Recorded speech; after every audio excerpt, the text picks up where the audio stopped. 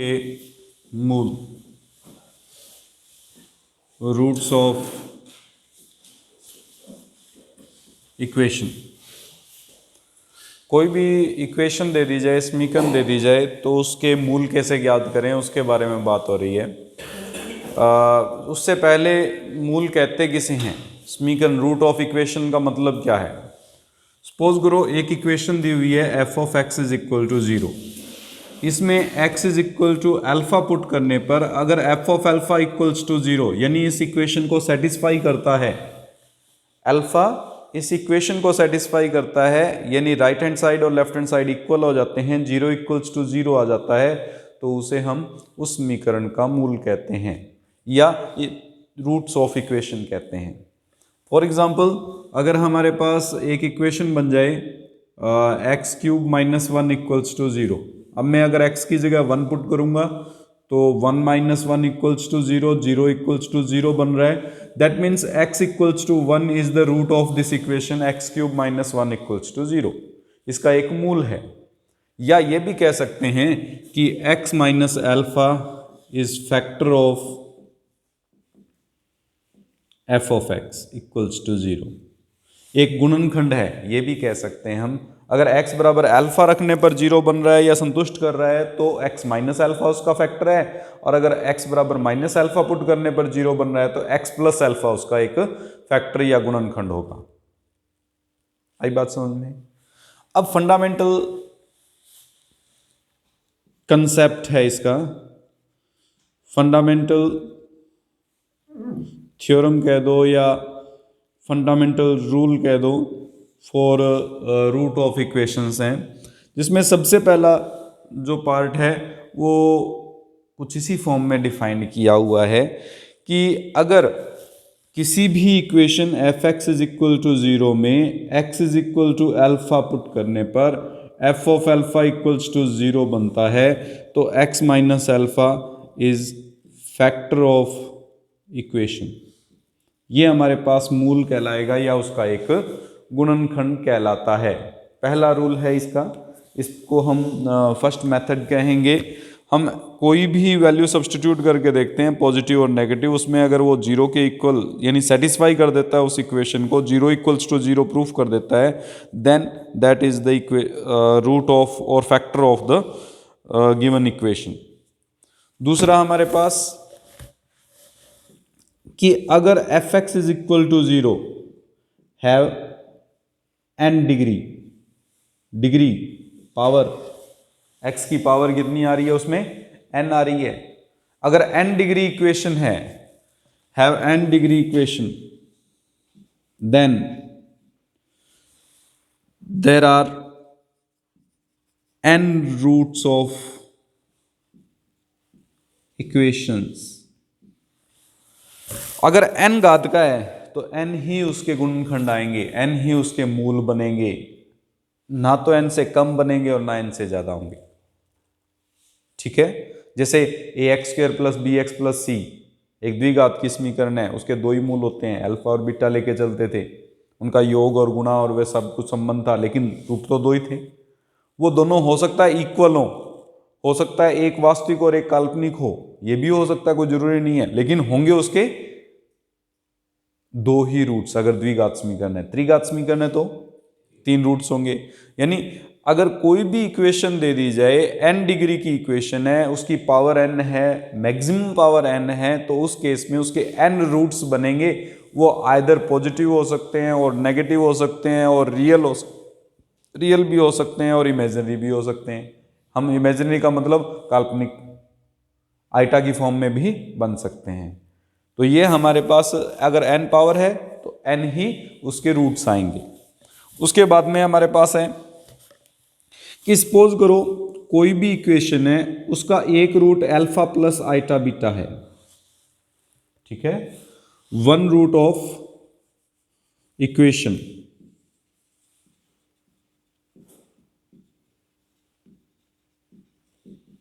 is alpha plus eta beta, then another root जो दूसरा मूल है of equation must be alpha minus iota beta. ये अगर अल्फा प्लस आइटा बीटा उसका एक मूल बन रहा है तो अल्फा माइनस आइटा बीटा उसका दूसरा मूल जरूर बनेगा। इसका अर्थ क्या हुआ कि शुंगमी भी कॉन्जुगेट जो होता है वो भी हमारे पास उसका रूट बनता है। कोई भी अगर इक्वेशन है उसका एक root alpha plus iota beta है तो सेकंड रूट क्या होगा, अल्फा माइनस आइटा बीटा होगा, माइनस की फॉर्म में शो होगा। आई बात समझ में? चौथी कंडीशन इसमें कि अगर किसी भी equation F X is equal to 0 have one root, एक मूल जो है वो alpha plus under root beta है। अंडर रूट बीटा का मतलब इरेशनल नंबर, अप्रिमेय संख्या, जैसे 1 plus under root 2, 1 minus under root 2, 1 minus under root 3, 1 minus under root 5, 1 plus under root 7, कुछ इस प्रकार का। अगर एक मूल आ जाता है तो दूसरा मूल माइनस में जरूर होगा, यानी एक alpha then another root must be alpha minus root beta. एक रूट अगर alpha plus under root beta है तो दूसरा जो मूल आएगा वो क्या होगा, alpha minus under root beta जरूर बनेगा। 100% है। अगर एक रूट 2 प्लस अंडर रूट 5 आ रहा है तो दूसरा रूट 2 माइनस अंडर रूट 5 होगा। अगर एक रूट 3 माइनस अंडर रूट 7 आ रहा है तो दूसरा रूट 3 प्लस अंडर रूट 7 जरूर होगा। ठीक है, सिर्फ इसमें यह ध्यान रखना है कि अंडर रूट के साथ जो साइन होता है वो ही चेंज होता है, उससे पहले वाला साइन चेंज नहीं होता। अल्फा के साथ में जो साइन है वो चेंज नहीं हो रहा। अल्फा अगर प्लस का है तो प्लस का ही रहेगा, माइनस का है तो माइनस का रहेगा, सिर्फ रूट के साथ साइन चेंज होता है। कुछ इसी प्रकार से इसमें भी आइटा के साथ जो साइन था वो ही चेंज हो रहा है, अदर चेंज नहीं हो रहे। तो इसका मतलब जो कॉन्जुगेट है वो ही हमारे पास उसका सेकंड रूट बनेगा, अल्फा का साइन चेंज नहीं करना हमें। ठीक है, उसके बाद में आता है हमारे पास रूल नंबर 5, जिसके अकॉर्डिंग सपोज करो कोई भी equation F X is equal to 0 है, उसमें F of A greater than 0 आ रहा है और F of B smaller than 0 आ रहा है।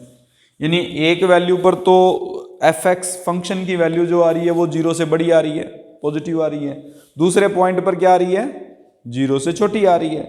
तो एक मूल उन दोनों के बीच में जरूर आएगा, एक मूल उन दोनों के बीच में जरूर आएगा। फॉर एग्जाम्पल आपके पास ये इक्वेशन दे दी F X is equal to X cube minus 1।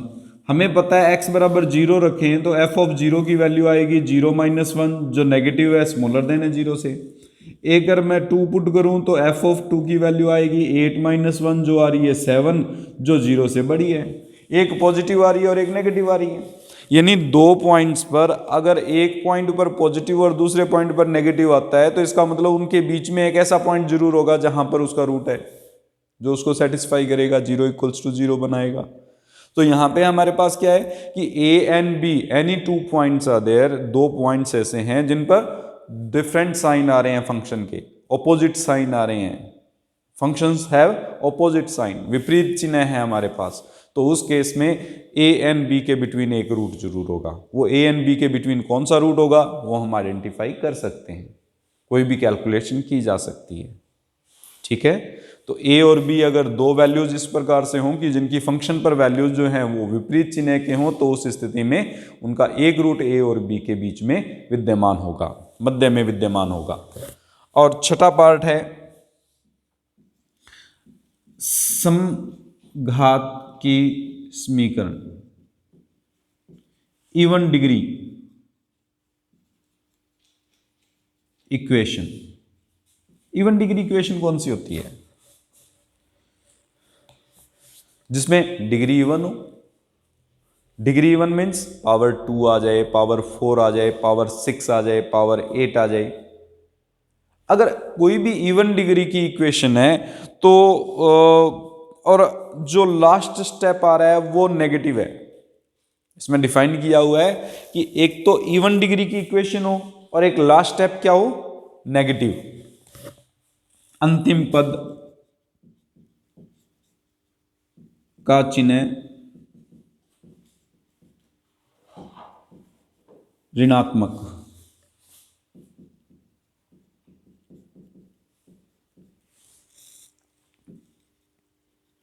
Last step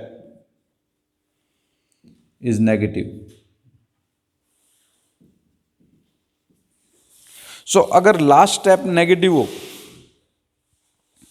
तो उस केस में हमारे पास क्या कंडीशन बनेगी भी इसमें कि इवन पावर है, even power means x square, x की पावर 4 इस फॉर्म में कोई भी इक्वेशन है और लास्ट स्टेप जो है वो नेगेटिव है। लास्ट स्टेप नेगेटिव का मतलब कोई भी -3 -4 इस तरह से स्टेप बन रहा है तो उसमें एटलीस्ट 2 रूट जो होते हैं, 2 रूट वो हमारे पास रियल होंगे, एक पॉजिटिव होगा और दूसरा नेगेटिव होगा। डेफिनेट है। कुछ इक्वेशंस को हमें याद रखना है कि अगर इवन पावर की और लास्ट स्टेप नेगेटिव आ रहा है तो कम से कम 2 रूट जो होंगे वो रियल रूट बनेंगे, उसमें एक पॉजिटिव होगा और अनदर क्या होगा, नेगेटिव रूट बनेगा इसमें। अब positive and negative root, for example आपके पास ये इक्वेशन आ जाए X square plus X minus 2 equals to 0, तो इसके 2 रियल रूट जरूर होंगे, इमेजिनरी रूट से नहीं बनेंगे, जिसमें से एक रूट जो होगा वो तो पॉजिटिव होगा और दूसरा रूट जो भी आएगा वो नेगेटिव होगा। 100% है। कोई भी इवन पावर में आ जाए, जैसे ये आ जाए x की power 4 minus 3x cube plus 2x square minus 1 equals to 0। एक इवन पावर की हमारे पास इवन डिग्री की इक्वेशन है। इस इवन डिग्री की इक्वेशन में लास्ट स्टेप जो है वो नेगेटिव है, तो इसका मतलब इसके 2 रूट जो हैं एटलीस्ट 2 रूट, मिनिमम 2 रूट ऐसे होंगे जो कि रियल होंगे और पॉजिटिव एंड नेगेटिव साइन के होंगे। अगर एक पॉजिटिव आ रहा है तो दूसरा नेगेटिव आएगा और दूसरा नेगेटिव आ रहा है तो पहला पॉजिटिव आएगा। 2 root real and negative and positive both होंगे। कुछ इसी फॉर्म में ऑड डिग्री के लिए भी डिफाइन किया गया है कि अगर कोई भी ऑड डिग्री इक्वेशन दिया हुआ है तो कम से कम जो उसका एक रूट है वो रियल होगा और जिसका साइन जो है वो लास्ट स्टेप से ऑपोजिट होगा। लास्ट स्टेप से ऑपोजिट, जैसे एक्स क्यूब माइनस 1 का किया था, ये ऑड डिग्री है, इसका एक रूट रियल जरूर है, 1 आ रहा है, और ये 1 जो है वो इससे ऑपोजिट साइन का है, नेगेटिव 1 था तो ही पॉजिटिव 1 आया है। अगर यहाँ +1 होता तो यहाँ रूट क्या आता, -1। ठीक है, तो वो हमारा रूल नंबर 7 है। फंडामेंटल थ्योरम्स कह लो या फंडामेंटल प्रॉपर्टीज कह लो इसकी इक्वेशन की, कि if there is a odd degree equation then there must be 1 root is real and having sign opposite to its last term. ठीक है,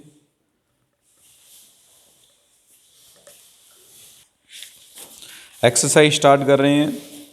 एक्सरसाइज फर्स्ट क्वेश्चन दिया हुआ है, परिमेय गुणांक सहित न्यूनतम घातों के समीकरण बनाइए जिनका मूल 1 प्लस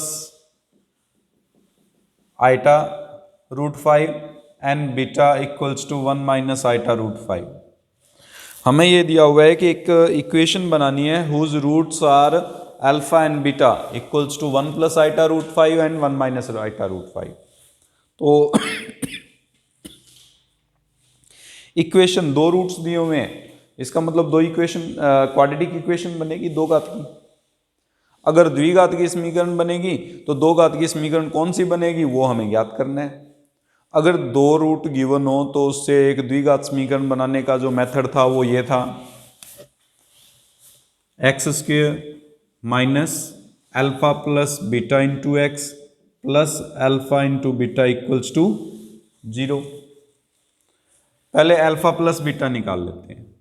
अल्फा प्लस बीटा निकालेंगे तो इन दोनों को जोड़ेंगे, इसमें अगर जोड़ें रूट 5 से रूट 5 कैंसिल, कितना आ गया अल्फा इंटू बीटा, यानी 1 प्लस आइटा रूट 5 को 1 माइनस आइटा रूट 5 से मल्टीप्लाई करेंगे तो ये 1 माइनस आइटा स्क्वायर 5 आ जाएगा, आइटा स्क्वायर प्लस हो जाएगा 5, 1 प्लस 5 6। तो हमारे पास इक्वेशन बन जाएगी X square minus 2x plus 6 equals to 0 is the equation whose roots are alpha and beta. यानी एक ऐसी द्विघात समीकरण होगी जिसके मूल अल्फा और बीटा हैं। पहला सवाल हो गया ये। दूसरा सवाल देखिए, दूसरे क्वेश्चन में दिया हुआ है हमें कि समीकरण x की घात 4 plus 4x³ plus 6x² plus 4x plus 5 बराबर 0 को हल कीजिए यदि इसका एक मूल अंडर रूट -1 है। अगर एक रूट अंडर रूट -1 है, मान लो एक रूट अल्फा दिया हुआ है अंडर रूट -1, अंडर रूट -1 का मतलब आइटा हुआ, तो दूसरा रूट इसका कौन सा होगा? माइनस आइटा जरूर होगा। अल्फा और बीटा आ गए। द्विघात समीकरण बना लो। द्विघात समीकरण कैसे बनाते हैं?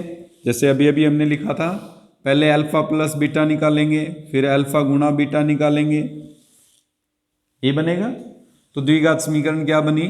x² माइनस 0x प्लस 1 बराबर 0, जिससे x² प्लस 1 बराबर 0 बनेगा। इसका भाग दे लीजिए इसमें 4x³ plus 6x² plus 4x plus 5 में x² प्लस 1 का भाग। पहले x² से जाएगा x² प्लस x², x की घात 4 प्लस x², घटाएंगे ये कट जाएगा, 4x³ plus 5x² plus 4x plus 5 plus 4x पर जाएगा 4x³ प्लस 4x, फिर माइनस माइनस ये कट जाएगा, ये कट जाएगा, 5x² प्लस 5 बचेगा, प्लस 5 पर जाएगा 5x² प्लस 5। हल करेंगे, ये भी कट गया, ये भी कट गया, कुछ भी नहीं बचा। इसका मतलब इसका दूसरा जो फैक्टर बनेगा, हमने जो समीकरण दी हुई थी, एक फैक्टर तो x² प्लस 1 हो गया और दूसरा factor x² plus 4x plus 5 बराबर 0 हो गए। अब 4 के ऐसे टुकड़े गुणा करने पर 5 आए, जोड़ने पर वापस 4 बन जाए। ऐसा है नहीं तो द्विघात समीकरण के लिए श्रीधराचार्य नियम लगा दो अन्य दो रूट निकालने के लिए। अगर श्रीधराचार्य नियम लगाएं तो x बराबर क्या आएगा? -b plus minus under root b² minus 4ac upon 2a, -4 plus minus ये 2 आइटा बन जाएगा बटे 2, 2 का भाग देंगे, -2 प्लस माइनस आइटा, यानी दो रूट उसने दिए हुए थे, आइटा और माइनस आइटा, दो रूट हमने निकाल दिए, -2 प्लस आइटा और -2 माइनस आइटा। आई बात समझ में?